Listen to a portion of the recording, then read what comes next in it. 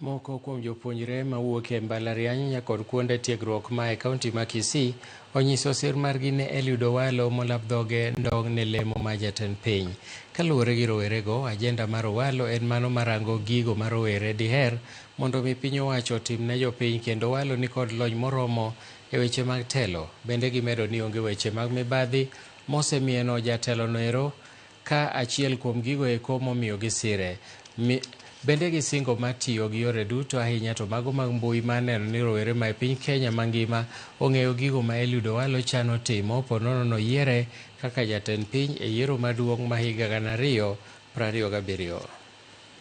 We the youth, drawn from universities and institutions of higher learning across Kenya, today announced the formation of the Friends of Eliud Owalo University's chapter, a national youth platform committed to championing Kenya's third liberation, that is economic liberation, and to mobilizing youth support for Eliud Owalo's presidential bid for the August 2027 general election. Owalo has a pro-youth record, and these are not just words. They are indeed actions.